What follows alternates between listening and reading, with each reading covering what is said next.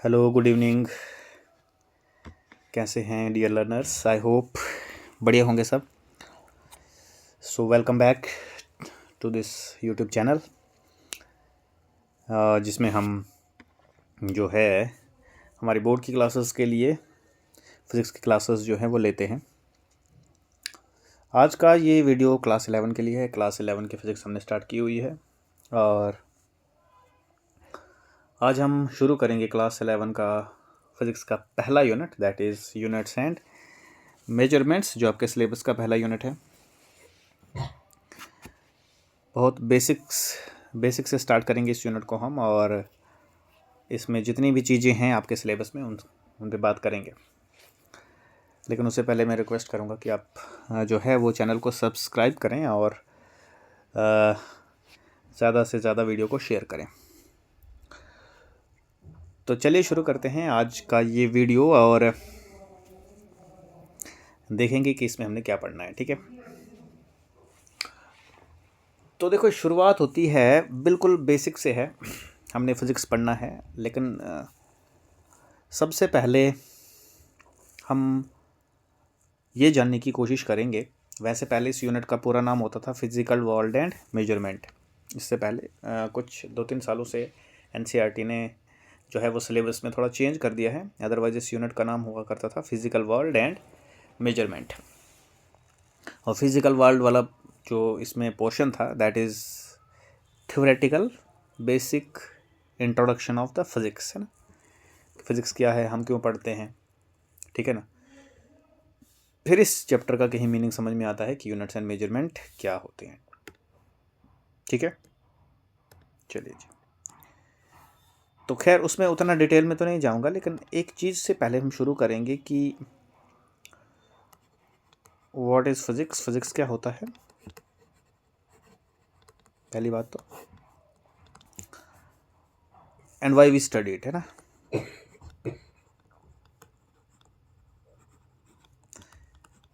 इन दो क्वेश्चंस के आंसर ढूंढने की कोशिश करेंगे, फिर समझ में आएगा यूनिट्स एंड मेजरमेंट। फिर पढ़ने में मज़ा आएगा इस चैप्टर को, मतलब फिर थोड़ा सा बेस बन जाएगा ना। पहले इन दो क्वेश्चंस के आंसर ज़रा ढूंढते हैं। तो सबसे पहले का ढूंढते हैं कि फ़िज़िक्स क्या होता है। देखो, फ़िज़िक्स सबसे पहले तो साइंस का ब्रांच है, ऑब्वियसली बात है, ब्रांच ऑफ साइंस, है ना, ये तो है। बट इस फिज़िक्स में, जिसको आप भौतिक विज्ञान भी बोलते हैं इंग्लिश हिंदी में, इसमें क्या पढ़ा जाता है। देखो सोचने वाली बात। अब मैं आपसे कोई डेफिनेशन नहीं पूछ रहा हूँ कि आपने फिज़िक्स का कोई डेफिनेशन बोलना है। इस सवाल से मेरा ये है मतलब कि एक बेसिक अंडरस्टैंडिंग आपको होनी चाहिए कि हम क्यों पढ़ते हैं इस सब्जेक्ट को। जो भी सब्जेक्ट आप पढ़ते हैं, जो भी कोई भी सब्जेक्ट क्यों ना हो, चाहे वो आर्ट्स की स्ट्रीम में हो, साइंस की स्ट्रीम में हो, तो उसके पढ़ने का ऑब्जेक्टिव पता होना चाहिए सबसे पहले कि वाई वी स्टडी दिस, है ना। अब डेफिनेटली हमारे सिलेबस में है तो आपने पढ़ना है। जिन बच्चों ने भी मेडिकल लिया है तो उनको फिज़िक्स है, नॉन मेडिकल रखा है तो भी फिज़िक्स है। सो आपके कोर्स में है ये, तो आपने पढ़ना है ना। बट ये इसका आंसर नहीं होगा कि हमारे कोर्स में है तो हम तभी पढ़ते हैं। मेरे कहने का मतलब है कि हमें इसका रियल लाइफ में क्या यूज़ है वो बताना है कि हम क्यों पढ़ते हैं फिज़िक्स को। ठीक है, देखिए हमारे आसपास फिज़िक्स वर्ड का जो मीनिंग है ना, जो कंसर्न है वो फिज़िकल वर्ल्ड से है। फिज़िकल वर्ल्ड मतलब हमारे आसपास की दुनिया जो हमें दिख रही है। तो हमारे आसपास की इस दुनिया में, इस वर्ल्ड में जो भी चीज़ें हो रही हैं, जो भी फिनोमेना आप देखते हैं, छोटे से छोटा, बड़े से बड़ा, ठीक है ना, कुछ भी हो। जैसे मान लो आप अपने डे टू डे लाइफ में ऑब्जर्व करते हैं कि चीज़ें नीचे नीचे गिरती हैं ना, फॉल करती हैं। आप उनको हाथ में पकड़ो, छोड़ दो, वो नीचे गिरती है ना। ये एक छोटा सा फिनोमेना है जो डेली होता है हमारे आसपास, है ना। या फिर आपके आसपास डेली जो है और भी बहुत बहुत सारे फिनोमेना ऑब्जर्व करते हो ना। यूँ से कि हमारे आसपास रोज़ बारिश होती है, हवाएं चलती हैं, पानी बहता है, ठीक है ना, सर्दी गर्मी मौसम बदलते हैं, ठीक है। रात जब होती है तो आपको तारे टिमटिमाते हुए दिखाई देते हैं, मून दिखता है, प्लैनेट्स दिखते हैं, सब कुछ, है ना। तो ये सारी चीज़ें हमारे आसपास हो रही हैं। इंसान जब से इस धरती पे आया है ना, तब से इन चीज़ों को ऑब्ज़र्व कर रहा है, ठीक है। और आज इन सब चीज़ों की एक्सप्लेनेशन आपके पास है कि ऐसा क्यों होता है ना। आप जानते हैं कि दिन रात क्यों बनता है, आप जानते हैं कि मौसम क्यों बदलता है, आप ये भी जानते हैं कि रेनबो क्यों बनता है, आप ये भी जानते हैं कि विंड्स क्यों चलती हैं, आप ये भी जानते हैं कि चीज़ें नीचे क्यों गिरती हैं ना। ये आज आपको पता है ना। बट जस्ट इमेजिन कि आप एक ऐसी दुनिया में हैं जहाँ पर आप ये चीज़ें नहीं जानते हैं। तो obviously as a human being जब आप ये चीज़ें ऑब्जर्व करते हो अपने आसपास डे टू डे लाइफ में, so because human beings are always curious है ना, वो जानने की इच्छा रखते हैं, जिज्ञासु होते हैं। सो हमारे मन में शुरू से ही ये सवाल है कि ये चीज़ें जिस तरह से हो रही हैं ये ऐसे ही क्यों हो रही हैं ना। वाई इट इज़ सो, जैसे न्यूटन की कहानी में सुना आपने कि न्यूटन ने सोचा कि ये सेब नीचे क्यों गिरा, ऊपर क्यों नहीं गया ना। तो why things always fall towards the earth है ना, ऊपर क्यों नहीं जाती हैं अपने आप ही है ना। या फिर जो है पानी क्यों जो है वो ऊंची जगह से नीचे जगह की तरफ क्यों जाता है, अपने आप ही नीचे से ऊपर क्यों नहीं जाता है। ऑब्वियसली जाता है, आप मोटर लगाते हैं घर में, लेकिन उसके लिए आपको कुछ एनर्जी यूज़ करनी पड़ती है। अपने आप पानी हमेशा ऊपर से नीचे आता है ना। कभी नहीं देखा होगा आपने कि अपने आप ही पानी नीचे से ऊपर गया हो है ना। इसी तरह से जो आपके सीजन्स का पैटर्न है वो एक जैसा क्यों है, रात को क्यों तारे टिमटिमाते हैं। ये बहुत सारे सवाल हैं जो हम पूछते हैं और होते हैं। एक ही पैटर्न में हो रही हैं चीज़ें लगभग है ना, एक सिमिट्री है पूरे इस नेचर में। तो इंसान जब से शुरू हुआ है तो उसके मन में ये सवाल हैं। फिर जब इंसान ने इन चीज़ों के आंसर ढूंढने के लिए समझ लीजिए कि एक्सपेरिमेंट करने शुरू किए, जब उसने इन सवालों पे शोध करना शुरू किया, रिसर्च करनी शुरू की, एक्सपेरिमेंट करना शुरू किए, बहुत सारा अपना थोड़ा दिमाग लगाया, सो उसके मन में कहीं ना कहीं उससे ये पता चला कि ये चीज़ें इस तरह से इसलिए होती हैं क्योंकि कुदरत के कुछ नियम हैं और यही नियम इन चीज़ों को करवाते हैं ना। नीचे गिरती है चीज़ तो ये एक लॉ है ना। तो ये इस नेचर पे, इस फिज़िकल वर्ल्ड में जितनी भी चीज़ें हो रही हैं, छोटे से छोटा फिनोमेना चाहे बड़े से बड़ा फिनोमेना, वो हो रहा है बिकॉज वो किसके अकॉर्डिंग हो रहा है, इन कुदरत के नियमों के अनुसार, इन कुदरत के लाज के अनुसार, नेचर के इन लाज के अनुसार। ठीक है।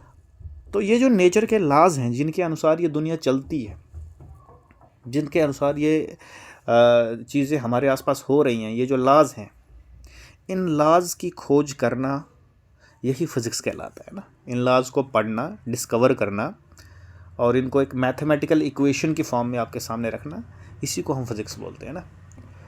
जैसे मैं एक छोटी सी एग्जांपल देता हूँ, जैसे आपने यूनिवर्सल लॉ ऑफ ग्रेविटेशन पढ़ा है ना। यूनिवर्सल लॉ ऑफ ग्रेविटेशन है ना, किसने दिया था, आइजैक न्यूटन ने है ना। ये एक लॉ फिजिक्स में बहुत बड़ा फेमस लॉ है, इस बार भी पढ़ना 11th में पढ़ना आपने ग्रेविटेशन चैप्टर में, आपके सिलेबस में है, बहुत सारा है इसमें, सब कुछ बहुत सारी चीज़ें हैं। ठीक है। बट कहीं ना कहीं ये लॉ कहाँ से आया, न्यूटन ने पहली बार कुछ ऑब्जर्व किया ना। जैसे हम वो सेब वाली कहानी सुनते हैं कि न्यूटन ने देखा कि चीज़ें नीचे गिरती हैं है ना। तो ये एक कोई फिनोमिना हो रहा है, ऑब्जर्व हो रही हैं चीज़ें ना। और उस पे एक्सपेरिमेंट करते करते करते करते रिसर्च करते करते न्यूटन को कहीं पता चला कि चीज़ें इसलिए नीचे गिरती हैं क्योंकि अर्थ जो है वो सारी चीज़ों को अपने सेंटर की तरफ क्या करती है, अट्रैक्ट करती है। और फिर उसने ये भी पाया कि सिर्फ अर्थ ही नहीं, जितने भी मासेस हैं सब अपने सेंटर की तरफ सारी चीज़ों को क्या करते हैं, अट्रैक्ट करते हैं। और वहीं से उसने ला दिया, तो सारी चीज़ें नीचे इसलिए गिरती हैं because there is a force of gravitation. ठीक। इसी तरह से जब आप 12th में पढ़ोगे, 12th में लॉ ऑफ इलेक्ट्रोमैग्नेटिक इंडक्शन पढ़ोगे, वहाँ पर आप पढ़ोगे कि अगर आपके पास एक कॉइल है, उस कॉइल में एक मैग्नेट को आप मूव करवाओ, कॉइल के साथ एक मैग्नेट को मूव करवाओ तो कॉइल में करंट प्रोड्यूस होती है। ये अच्छे से डिटेल में पढ़ेंगे 12th में। ये इसको बोलते हैं लॉ ऑफ इलेक्ट्रोमैग्नेटिक इंडक्शन, जिससे आज हम बिजली पैदा करते हैं ना।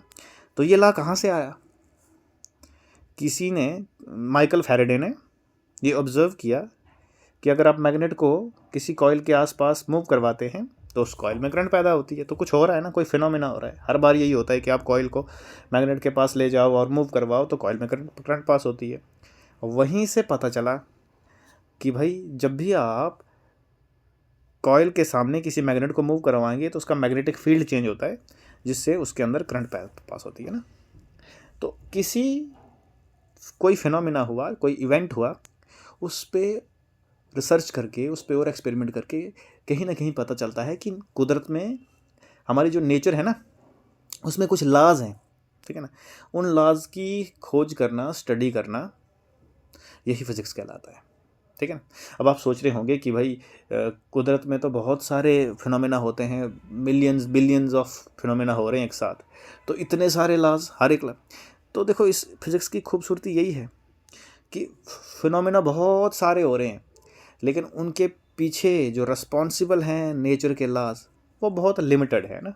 बहुत लिमिटेड नेचर के लॉज इस पूरे यूनिवर्स को जो है वो क्या कर रहे हैं, गवर्न कर रहे हैं ना। जैसे ये यूनिवर्सल लॉ ऑफ ग्रेविटेशन आप पढ़ते हो, एक लॉ है ये आपने पढ़ना है। इसी लॉ से हमें पता चलता है कि सारी चीज़ें नीचे क्यों गिरती हैं। इसी लॉ से हमें पता चलता है कि अर्थ जो है सन के अराउंड क्यों घूम रही है। इसी लॉ से पता चलता है कि मून क्यों अर्थ के अराउंड घूम रहा है। इसी लॉ से ही पता चलता है कि सारे प्लैनेट जो हैं वो क्यों घूम रहे हैं सन के अराउंड। इसी लॉ को स्टडी करके ही हम सैटेलाइट्स जो है वो लॉन्च करते हैं, और इसी लॉ से हमें पता चलता है कि हमारा यूनिवर्स कैसे टिका हुआ है।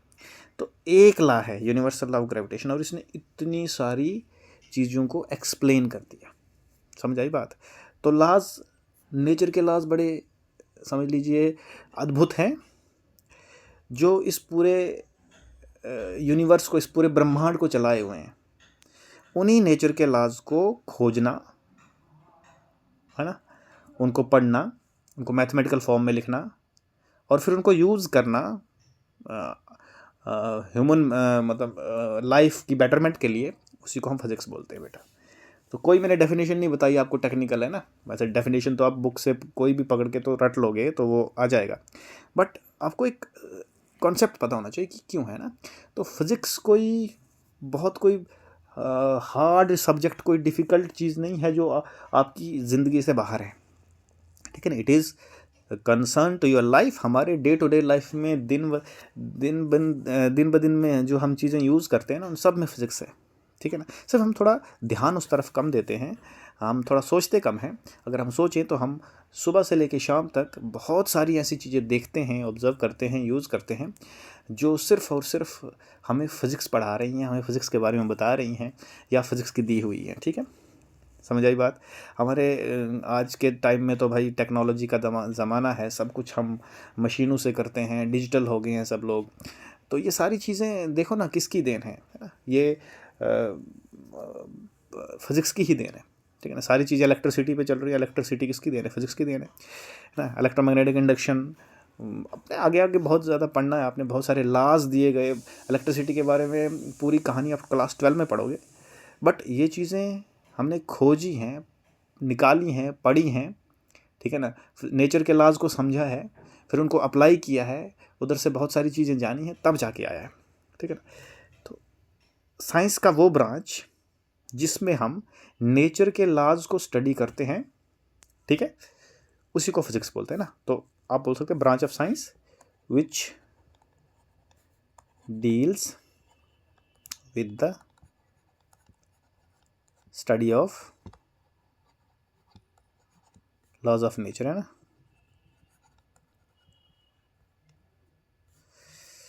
लॉज ऑफ नेचर, समझ आई बात। तो आप कुछ भी लिख सकते हो, it is a branch of science which deal with the study of laws of nature. A branch of science which deal with the study of nature and its laws is called physics, है ना, simple. अब दूसरा सवाल, Y we study it. भाई यहीं से तो जो मिल, नेचर के लॉज को क्यों जानना है, ठीक है, क्यों जाने भाई नेचर के लॉज को। नेचर के जो लॉज मैं बोल रहा हूँ कि हमने जानने क्यों जानने हैं भाई। अगर हम नेचर के लॉज को नहीं जानते, मान लो कि हमें, ठीक है भाई, यूनिवर्सल लॉ ऑफ ग्रेविटेशन हमें क्या मतलब होता होगा, ठीक है। अगर हमारी ज़िंदगी आसान हुई है, हमारी ज़िंदगी में जो इम्प्रूवमेंट हुआ है, इतना कंफर्ट है आज, आप इमेजिन करो अर्ली मैन की लाइफ, है ना, आदि मानव के बारे में पढ़ते हैं छोटी क्लासेस में, और आज की लाइफ, है ना। अर्ली मैन से आए हैं हम, और आज हमारे पास डिजिटल वर्ल्ड है। ये इतना एडवांस चेंज जो हुआ है, ये किसकी वजह से हुआ है? बिकॉज वी स्टडी, बिकॉज हमने साइंस पढ़ा है ना, बिकॉज हम रिसर्च कर रहे हैं, बिकॉज हम नेचर के बारे में जान रहे हैं ना।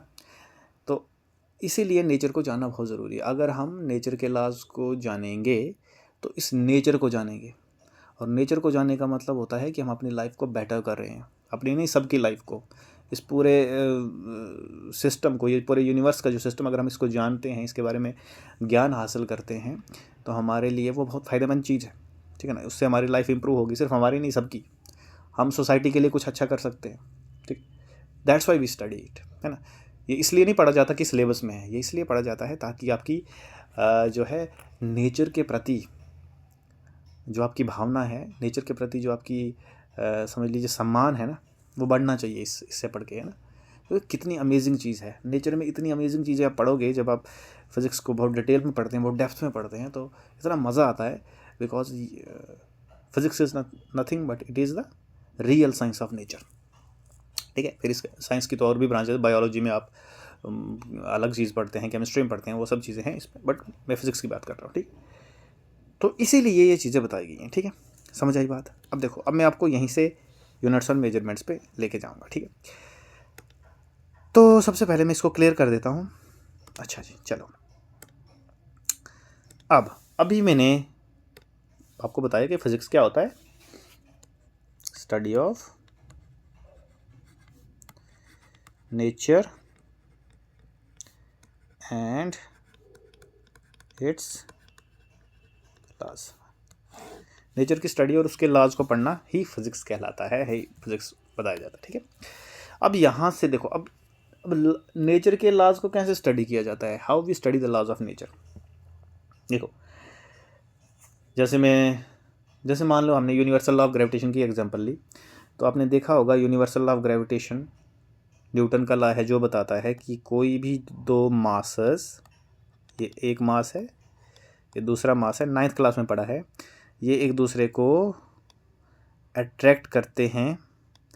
अगर दोनों के बीच का डिस्टेंस d है तो एक फोर्स के साथ वो फोर्स कितनी होती है, Gm1 m2 अपॉन d²। ये इक्वेशन ना, ये फार्मूला आपने 9th की बुक में पढ़ा होगा, है ना, ग्रेविटेशन में।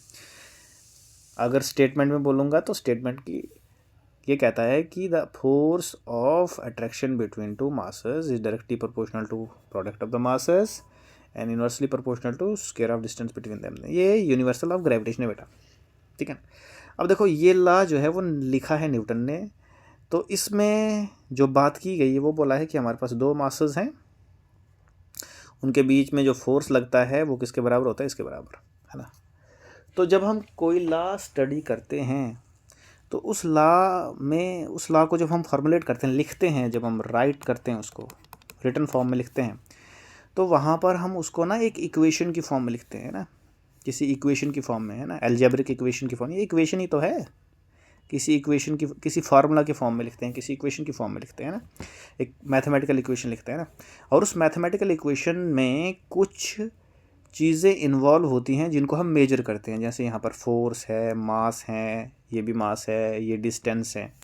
तो ये फोर्स, ये मास, ये डिस्टेंस, है ना।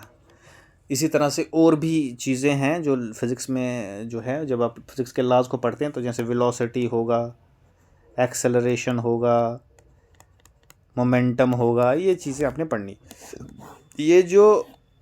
ये जो चीज़ें हैं जिनको आप मेजर करते हैं, ठीक है ना, जिनके टर्म्स में आप फिज़िक्स के लॉज को लिखते हैं ना, इनको फिज़िकल क्वांटिटीज़ बोलते हैं। इनको क्या बोलते हैं, फिज़िकल क्वांटिटीज़। तो जब हम किसी लॉ को फॉर्मुलेट करते हैं तो एक्चुअली में हम इन फिज़िकल क्वांटिटीज़ को मेजर करते हैं, है ना। तो फिज़िकल क्वांटिटीज़ को मेजर करना, है ना, किसी फिज़िकल क्वांटिटी को मेजर करना, ये फिज़िक्स में आता है। तभी आपके जो चैप्टर का नाम लिखा है वो है यूनिट्स एंड मेजरमेंट। तो फिज़िक्स के लॉज को अगर आपने फिज़िक्स में नेचर के लॉज को पढ़ना है, अगर फिज़िक्स में नेचर के लॉज को स्टडी करना है तो आपको फिज़िकल क्वांटिटीज़ को मेजर करना आना चाहिए। मतलब मेजरमेंट पहला बेसिक स्टेप है नेचर के लॉज को स्टडी करने के लिए ना। अगर आपने फिज़िक्स पढ़ना है तो नेचर के लॉज को स्टडी करना है, और नेचर के लॉज को स्टडी करने के लिए फ़िज़िकल क्वांटिटीज़ को मेजर करना आना चाहिए, मेजरमेंट आपको आनी चाहिए। इसीलिए आपके सिलेबस में पहला यूनिट दिया है units and measurement. I hope अब आपको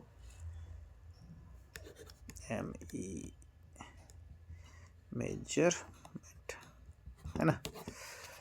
तो मैं ये इतनी सारी कहानी बताने का सिर्फ इतना मतलब था कि why this units and measurement, है ना। सीधा फिजिक्स क्यों नहीं पढ़ा रहे आपको, है ना, ये यूनिट्स एंड मेजरमेंट्स क्यों है भाई। किसी सब्जेक्ट को पढ़ने के लिए कुछ नीड होती है ना पहले कि ये चीज़ आपके पास होनी चाहिए, तब जाके आप इस सब्जेक्ट को पढ़ सकते हो।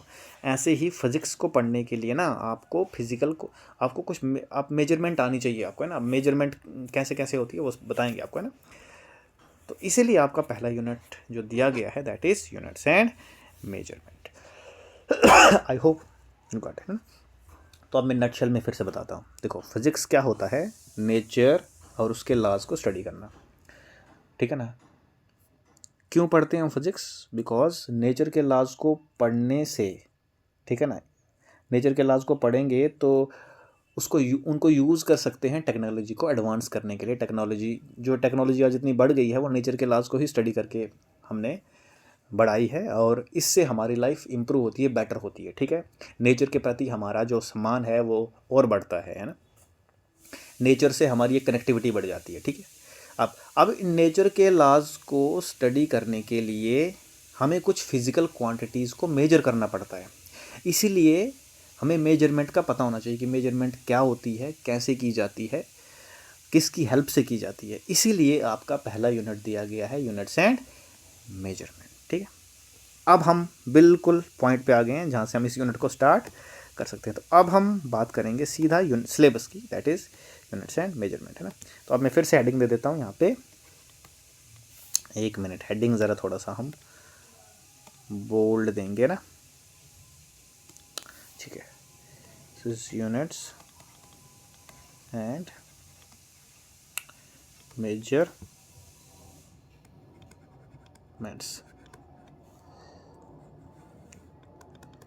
Units and measurements. चलिए जी अब शुरू करते हैं। सबसे पहले तो units and measurement, I hope आपको समझ में आ गया कि क्या होता है ना, क्यों है आपके सिलेबस में, ये आपको पता चल गया, ठीक है।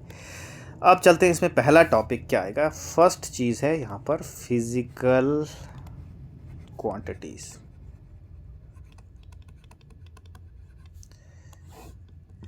तो यूनिट्स एंड मेजरमेंट में जो पहली चीज़ आपको पता होनी चाहिए दैट इज़ फिजिकल क्वांटिटी। अभी मैंने आपको बताया कि नेचर के लॉज को स्टडी करने के लिए आपको कुछ मेजरमेंट्स करने पड़ते हैं, कुछ चीज़ें मेजर करनी पड़ती हैं, इसलिए मेजरमेंट ज़रूरी है। लेकिन मेजरमेंट करते किसकी हैं, मेजरमेंट हम करते हैं फिजिकल क्वांटिटीज़ की। तो फिजिकल क्वांटिटी क्या होती है, देखो कोई भी ऐसी चीज़ जिसको आप मेजर कर सको, है ना, anything which we can measure, कोई भी ऐसी चीज़ जिसको आप मेजर कर सको and can be expressed in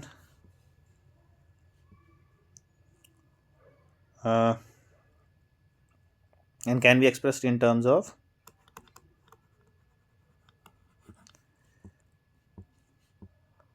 magnitude, in terms of its magnitude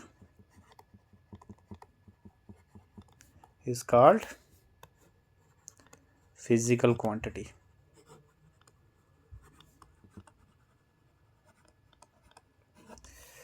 बोलता है कोई भी ऐसी चीज़ जिसको आप मेजर कर सको और मेजर करने के बाद उसको लिख भी सको, है ना, उसके मैग्नीट्यूड को लिख सको। मैग्नीट्यूड होता है किसी भी क्वांटिटी का अमाउंट की वो कितनी है ना। तो जैसे मान लो, अब जैसे एग्जांपल दे देता हूँ मैं आपको यहाँ पे, जैसे मास हो गया ना, मास को आप मेजर कर सकते हो, क्योंकि मास जब आप मेजर करते हो फिर उसको लिखते भी हो, जैसे लिख दिया 3 kg 5 kg 10 kg, ये मास है ना। किलोग्राम, kg मीन्स किलोग्राम, तो ये किलोग्राम क्या है, ये यूनिट है मास का, है ना, ये आगे बताएंगे आपको। तो ये जो मैंने नंबर लिखा है ना 3 kg 5 kg, ये मैंने मास पहले मेजर किया फिर लिख दिया। तो कोई भी ऐसी क्वांटिटी जिसको आप मेजर कर सको, ठीक है, और लिख सको, उसके मैग्नीट्यूड को लिख सको, उसको फिजिकल क्वांटिटी बोलते हैं ना। मास हो गया, टाइम हो गया, लेंथ हो गया, ठीक है, कुछ भी, वॉल्यूम हो गया, एरिया हो गया, स्पीड एट्सेट्रा। बताओ ना, ये सारी चीज़ें आप मेजर कर सकते हो और इनको लिख भी सकते हो नंबर्स की फॉर्म में, मैग्नीट्यूड की फॉर्म में इनको लिख सकते हो, तभी इनको क्या बोलते हैं, फिजिकल क्वांटिटीज़, है ना। इसके अलावा कोई भी ऐसी चीज़ जिसको आप मेजर ना कर सको, नंबर में ना लिख सको, उसको फिजिकल क्वांटिटी कंसीडर नहीं किया जा सकता। जैसे एग्जांपल देता हूँ मैं, जैसे मैं बोलता हूँ कि आई एम वेरी हैप्पी, है ना, मैं बहुत खुश हूँ, बट कितना खुश हूँ, है ना। खुशी का कोई यूनिट थोड़ी है ना, खुशी को आप नंबर्स में थोड़ी, हैप्पीनेस को आप नंबर्स में नहीं एक्सप्रेस कर सकते हैं ना। इस तरह से मैं बोल सकता हूँ आज मैं बहुत गुस्सा हूँ, कितना गुस्सा हूँ भाई, है ना। मैं उसको, वो एक बहुत जेंटल पर्सन है, कितना जेंटल है भाई, क्या उसको नंबर्स में लिख सकते हैं? कोई स्केल है जिसमें हम जेंटलनेस को मेजर कर सकते हैं? No, nothing. सो ये जो सारी चीज़ें हैं ना, ये फिजिकल क्वांटिटीज़ में नहीं आती हैं, जिनको आप मेजर नहीं कर सको, है ना। और वो सारी चीज़ें जिनको आप मेजर कर सकते हो, नंबर्स में एक्सप्रेस कर सकते हो, they are called as physical quantities. ठीक है, I hope it is clear. चलिए नेक्स्ट थिंग, अब हम बात करते हैं फिजिकल क्वांटिटीज़ के बारे में। अभी बस हमारा जो मेन टॉपिक है ना वो फिजिकल क्वांटिटी। तो ये जो फिजिकल क्वांटिटीज़ मैंने आपको बोला,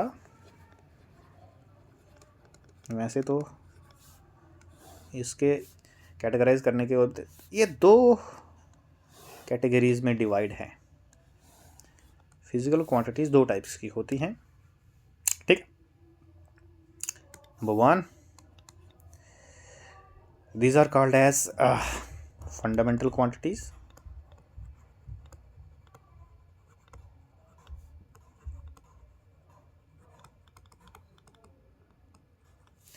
These are called as derived.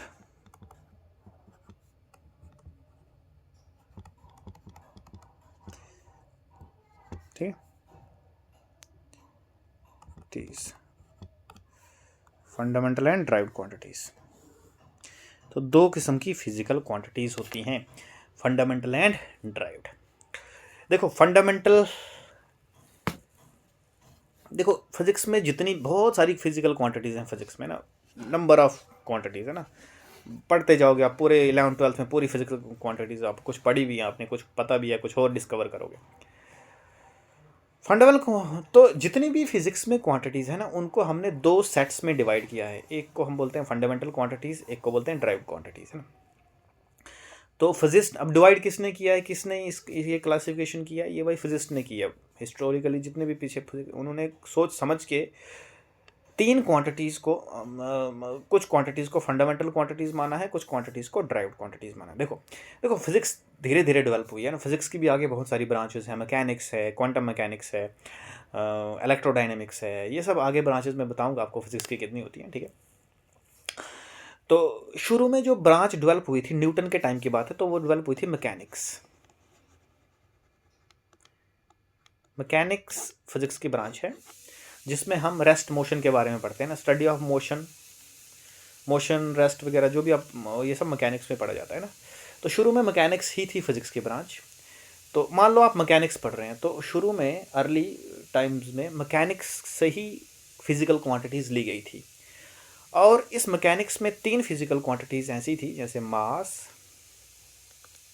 Length और टाइम। ये तीन फिजिकल क्वांटिटीज़ हैं जो आप मैकेनिक्स में बहुत यूज़ करते हो, मास, लेंथ और टाइम। इनको माना गया फंडामेंटल क्वांटिटीज़। और इसके अलावा जैसे स्पीड हो गया, वेलोसिटी हो गया, है ना, एक्सेलरेशन हो गया, फोर्स हो गया, एट्सेट्रा, ये वाली जो क्वांटिटीज़ हैं इनको बोला गया ड्राइव्ड क्वांटिटीज़। ठीक है, ये सारी क्वांटिटीज़ में मैकेनिक्स की लिख रहा हूँ यहाँ पे, ठीक है। तो मैकेनिक्स में फिजिकल क्वांटिटीज़ होती हैं जिनको दो हिस्सों में डिवाइड करिए, फंडामेंटल क्वांटिटीज़ और ड्राइव्ड क्वांटिटीज़। शुरू में मैकेनिक्स में तीन फंडामेंटल क्वांटिटीज़ मानी गई, मास, लेंथ और टाइम। बाकी सारी क्वांटिटीज़ ड्राइव। अब देखो इन फंडामेंटल क्वांटिटीज़ को बेस क्वांटिटीज़ भी बोलते हैं, इनका दूसरा नाम बेस क्वांटिटीज़ भी है, ठीक है। अब देखो नाम क्यों दिया है इनको फंडामेंटल ड्राइव्ड, क्योंकि देखो ये जो ड्राइव्ड क्वांटिटीज़ है ना, आप इनको फंडामेंटल क्वांटिटीज़ की टर्म्स में लिख सकते हो। जैसे स्पीड है ना, स्पीड आपको पता है, स्पीड को मैं वी से डिनोट करता हूँ। स्पीड होता है डिस्टेंस अपॉन टाइम। स्पीड क्या होता है? डिस्टेंस अपॉन टाइम, ठीक है। Speed is distance upon time. और डिस्टेंस, भाई देखो इधर डिस्टेंस एक्चुअली में कौन सी क्वांटिटी है? लेंथ क्वांटिटी है ना। मतलब डिस्टेंस कौन से नेचर की क्वांटिटी है? लेंथ। डिस्टेंस एक्चुअली में होती क्या है, लेंथ ही तो होती है, और टाइम तो टाइम है। तो इसका मतलब है ये जो स्पीड क्वांटिटी है ये लेंथ और टाइम को डिवाइड करके, मतलब ये लेंथ क्वांटिटी और ये टाइम क्वांटिटी को डिवाइड करके जो क्वांटिटी बन रही है उसी को स्पीड बोलते हैं। वेलोसिटी भी यही होगा। मान लो आपने आपने जैसे अगर फोर्स करते हो, फोर्स होता है मास इनटू एक्सेलरेशन। तो मास इनटू एक्सेलरेशन क्या होता है, याद है आपको? एक्सेलरेशन होता है वेलोसिटी अपॉन टाइम। और इसको थोड़ा सा और लिखो तो मास इनटू वेलोसिटी क्या होता है भाई, displacement upon time. This is into displacement upon time का स्क्वायर हो जाएगा ना, बिकॉज टाइम 2 बार आएगा, है ना। तो देखो मास को मल्टीप्लाई किया है डिस्प्लेसमेंट है, लेंथ ही तो है ना डिस्प्लेसमेंट, और टाइम। मास को मल्टीप्लाई किया लेंथ के साथ, डिवाइड किया टाइम के स्क्वायर के साथ। तो भाई यही 3 क्वांटिटीज इसमें आ रही हैं। तो ये जो ड्राइव्ड क्वांटिटीज़ है ना इस साइड, ये सारी की सारी हम इन फंडामेंटल क्वांटिटीज़ की टर्म्स में लिख सकते हैं ना। मतलब ये जो सारी ड्राइव्ड क्वांटिटीज़ हैं वो कहीं ना कहीं इन फंडामेंटल क्वांटिटीज़ को मल्टीप्लाई डिवाइड करके ही बनी है। इसलिए इनको बोला जाता है ड्राइव्ड क्वांटिटीज़ और इनको बोला जाता है फंडामेंटल क्वांटिटीज़, है ना। मैकेनिक्स में 3 ही फंडामेंटल क्वांटिटीज़ हैं, मास, लेंथ और टाइम। इसके अलावा जितनी भी क्वांटिटीज़ हैं वो सारी इन 3 के कम्बिनेशन से ही बनती हैं। समझ आई बात आपको? जैसे देखो इधर मैं आपको देखता हूँ, जैसे जैसे मान लो मोमेंटम एक क्वांटिटी है,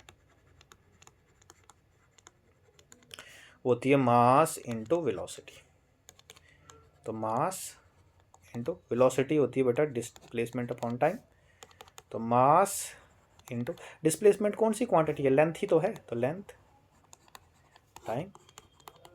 मतलब मास को मल्टीप्लाई किया लेंथ के साथ, डिवाइड किया टाइम के साथ, तो मोमेंटम बन गया। तो इसका मतलब है मोमेंटम आपकी कौन सी क्वांटिटी है, ड्राइव्ड, जो इन 3-4 क्वांटिटी से मिलकर बनी हुई है ना।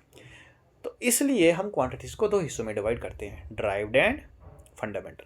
तो फंडामेंटल क्वांटिटीज़ को बेस क्वांटिटीज इसलिए बोला जाता है बिकॉज वो बेसिक है ना। क्लियर है आपको, समझ आई बात? ठीक है, समझ आई बात। फंडामेंटल एंड ड्राइव्ड क्वांटिटीज़ इधर लिख देता हूँ मैं, फंडामेंटल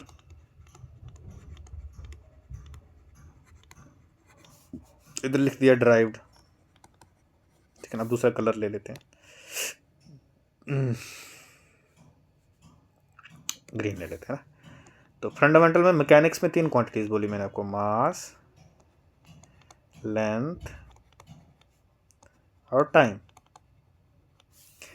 ड्राइव्ड में मैंने आपको बोली जैसे स्पीड, वेलोसिटी,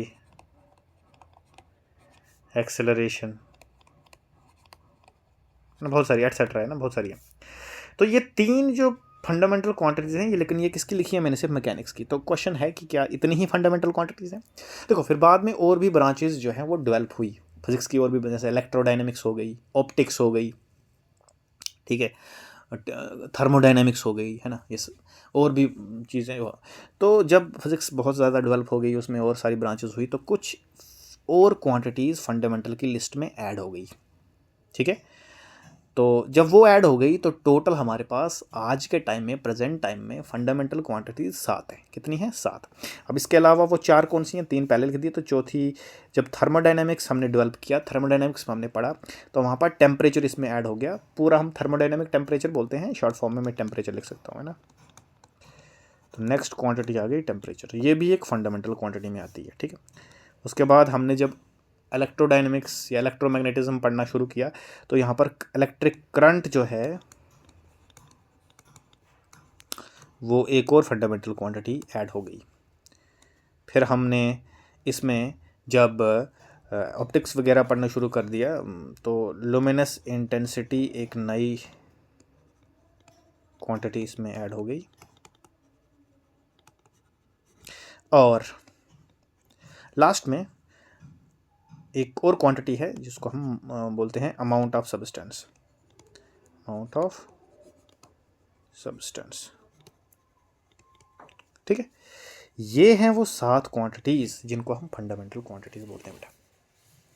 फिजिक्स में ये 7 क्वांटिटीज़ फंडामेंटल क्वांटिटीज़ कहलाती हैं पूरे फिजिक्स में, है ना। मैकेनिक्स की अगर बात करें तो सिर्फ 3 है, मास, और इधर तो बहुत सारी हैं, जितने एरिया, वॉल्यूम, डेंसिटी, ठीक है ना, कुछ भी लिख दो भाई, फोर्स,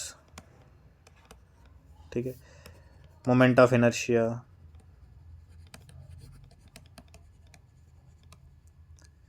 एट्सेट्रा।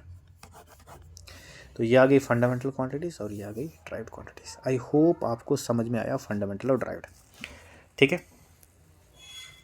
अच्छा सुनिए, एक और चीज़ यहाँ पर मैं क्लियर कर देना चाहता हूँ आप लोगों को। ये फंडामेंटल क्वांटिटीज़ बेटा टोटली और टोटली आर्बिट्रली हैं। आर्बिट्रली का मतलब है चॉइस पे है ना। कहने का मतलब ये है कि ये साइंटिस्ट ने चूज़ की हैं अपनी मर्जी के साथ, है ना। ये नेचर ने फंडामेंटल नहीं रखी हुई हैं, ये हमने फंडामेंटल बनाई हैं।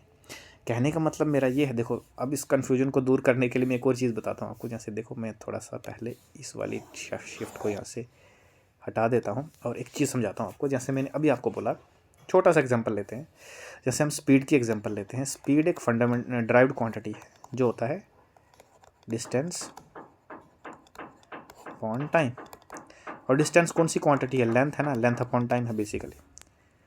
तो अगर मैं यहाँ से एल निकालूँ, मतलब लेंथ निकालूँ, तो टाइम को इधर मल्टीप्लाई कर सकता हूँ ना, तो ये बन जाएगा स्पीड इनटू टाइम। अब देखो ना, यहाँ पर जो लेंथ क्वांटिटी है ना, उसको मैंने स्पीड और टाइम की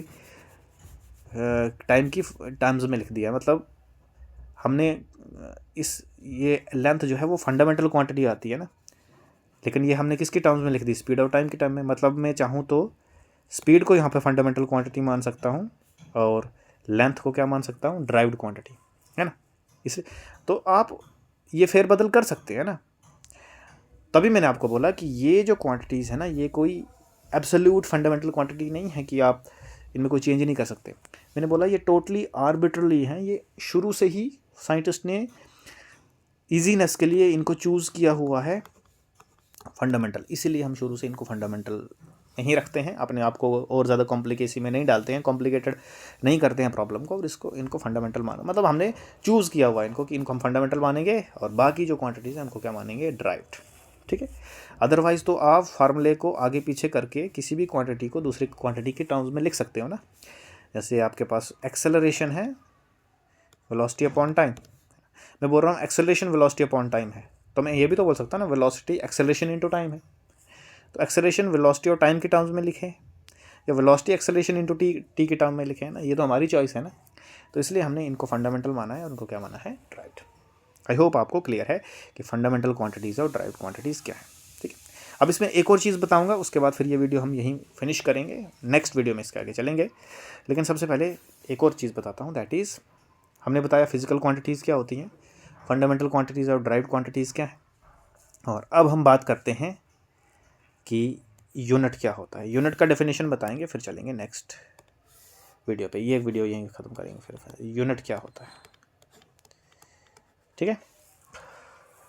देखो अभी हमने एक बात की कि भाई फंडामेंटल फिज़िक्स में नेचर के लॉज को स्टडी करने के लिए कुछ क्वांटिटीज़ को मेजर करना पड़ता है, जिनको हम फिजिकल क्वांटिटीज़ बोलते हैं, जो दो कैटेगरीज़ में डिवाइड होती हैं, fundamental and derived quantities.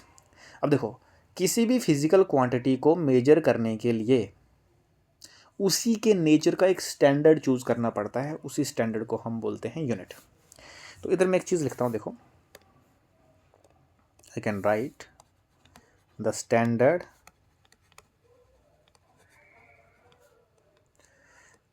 chosen for the measurement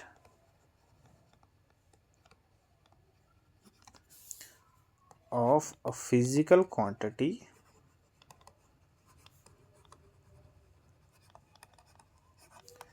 is called a unit। एक फिजिकल क्वांटिटी को मेजर करने के लिए जो स्टैंडर्ड हमने चूज़ किया होता है, स्टैंडर्ड का मतलब होता है कोई ऐसा उसी के नेचर का कोई ऐसा मतलब जिस फिजिकल क्वांटिटी को आपने चूज़ मेजर करना है, उसी के नेचर का एक फिक्स अमाउंट आप स्टैंडर्ड मानते हैं उसको, है। ठीक, समझ आई बात? एग्जांपल देता हूँ मैं, जैसे मीटर हो गया।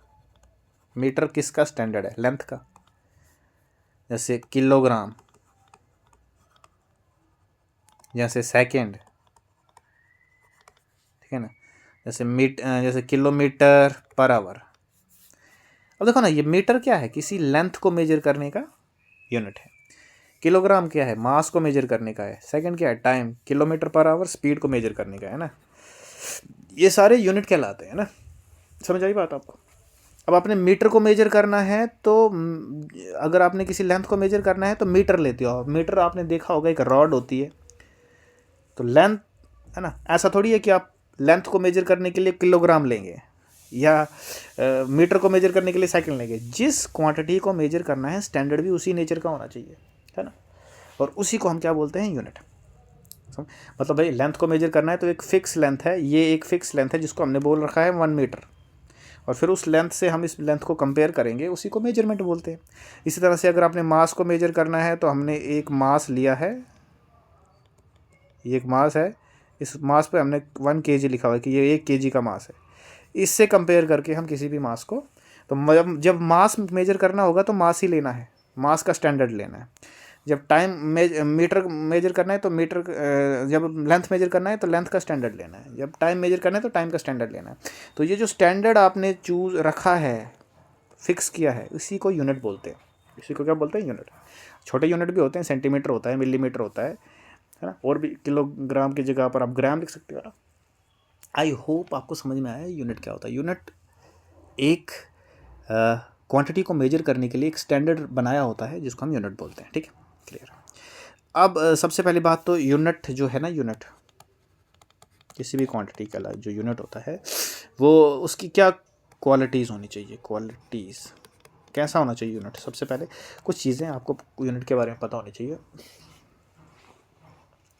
जब भी आप कोई यूनिट की बात करते हैं ना, तो यूनिट बेटा ऐसा होना चाहिए। सबसे पहली बात तो यूनिट जो है वो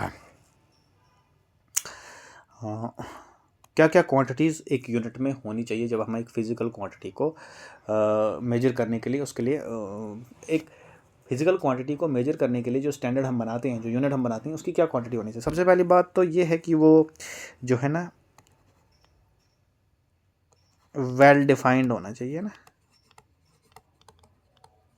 वेल डिफाइंड होना चाहिए। दूसरी बात समझ लीजिए यूनिवर्सली एक्सेप्टेड होना चाहिए।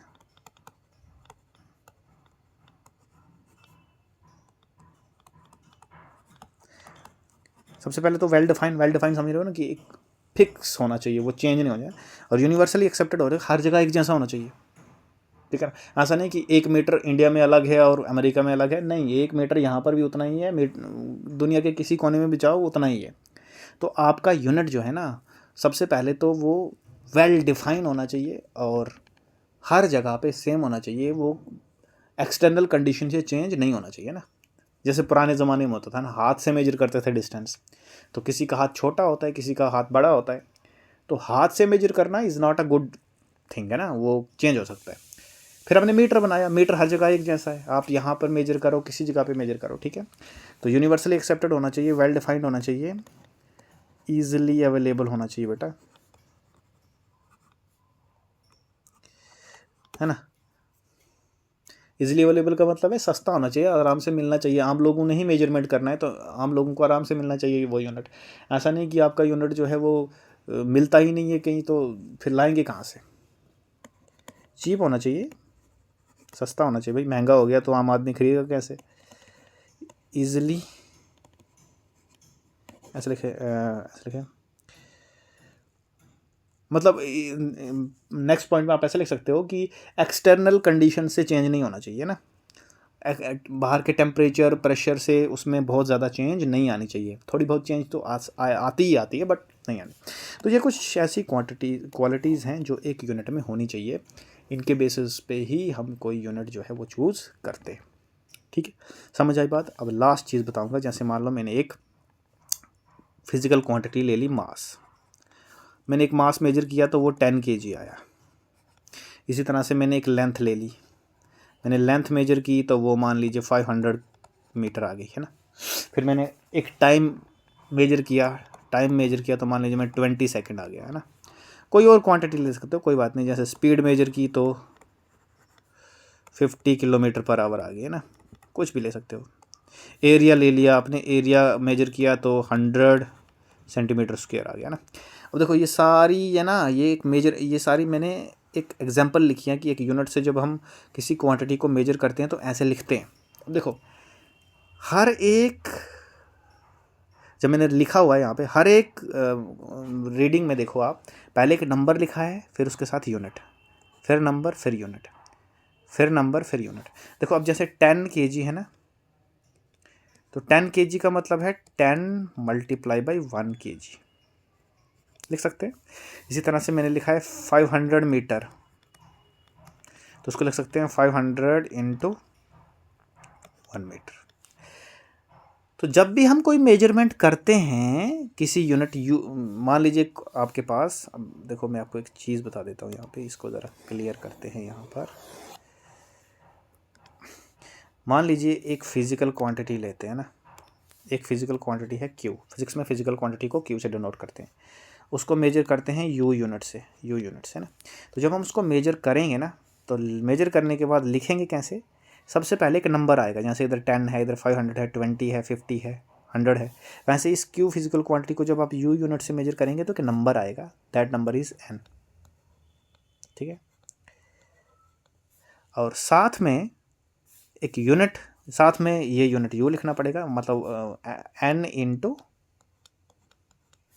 जैसे जो यहाँ पर kg यूनिट लिया था तो 1 kg, तो 1 यूनिट है ना, 1 u, तो जिसको शॉर्ट फॉर्म, जिसको आप NU लिख सकते हो ना। तो जब भी आप किसी फिजिकल क्वांटिटी को मेजर करोगे यूनिट से, तो वो लिखोगे कैसे, किस फॉर्म में लिखोगे, n इंटू यू की फॉर्म में, वेयर n जो है बेटा ये एक नंबर होगा, और यही नंबर मैग्नीट्यूड बताएगा, क्या बताएगा, मैग्नीट्यूड बताएगा फिजिकल क्वांटिटी का, कि कितनी है वो फिजिकल क्वांटिटी। 10 बता रहा है कि 10, ये नंबर आपको बता रहा है कि जो यूनिट आपने चूज़ किया है, जो स्टैंडर्ड आपने चूज़ किया है, वो इस फिजिकल क्वांटिटी में कितनी बार आ रहा है ना। देखो 10 kg का मतलब है कि मास में 1 kg के जो मासेस हैं वो 10 बार आ रहा है ना। इसी तरह से 1 मीटर की जो लेंथ है वो इसमें 500 टाइम्स आ रही है ना। वैसे ही ये नंबर हमें ये बता रहा है, ये नंबर जो है ये मैग्नीट्यूड बताता है, जिसका मतलब ये है कि ये जो यूनिट है ये इस क्वांटिटी में कितनी टाइम्स आ रहा है, n टाइम्स।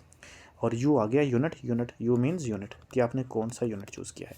तो जर्नल फॉर्म किसी भी फिजिकल क्वांटिटी को हम कैसे लिखते हैं, NU, where n is the number which tells you कि ये यूनिट इस क्वांटिटी में कितनी टाइम्स आ रहा है। तो ये NU की फॉर्म में ही किसी की फिजिकल क्वांटिटी को आप लिखते हैं, ठीक है। तो ये हो गया जी भाई physical quantity. Physical quantity 2 type की होती हैं, फंडामेंटल क्वांटिटीज़, ड्राइव्ड क्वांटिटीज़। जिन क्वांटिटीज़ को हम इंडिपेंडेंटली डिफाइन करते हैं वो फंडामेंटल होती हैं, जिन क्वांटिटीज़ को हम फंडामेंटल क्वांटिटीज़ के टर्म्स में लिखते हैं उनको ड्राइव्ड क्वांटिटीज़ बोलते हैं। फंडामेंटल क्वांटिटीज़ पूरे फिजिक्स में 7 हैं, ड्राइव्ड तो बहुत सारी हैं, मैकेनिक्स में सिर्फ 3 हैं, है ना। फिजिकल क्वांटिटीज़ को मेजर करने के लिए जो स्टैंडर्ड हम चूज़ करते हैं उनको हम यूनिट बोलते हैं, है ना। और जब हम किसी क्वांटिटी को मेजर करते हैं यूनिट के साथ तो लिखते हैं उसको किस फॉर्म में, n इंटू यू फॉर्म में। n उसका मैग्नीट्यूड बताता है और u बताता है कि हमने कौन सा यूनिट जो है वो लगाया।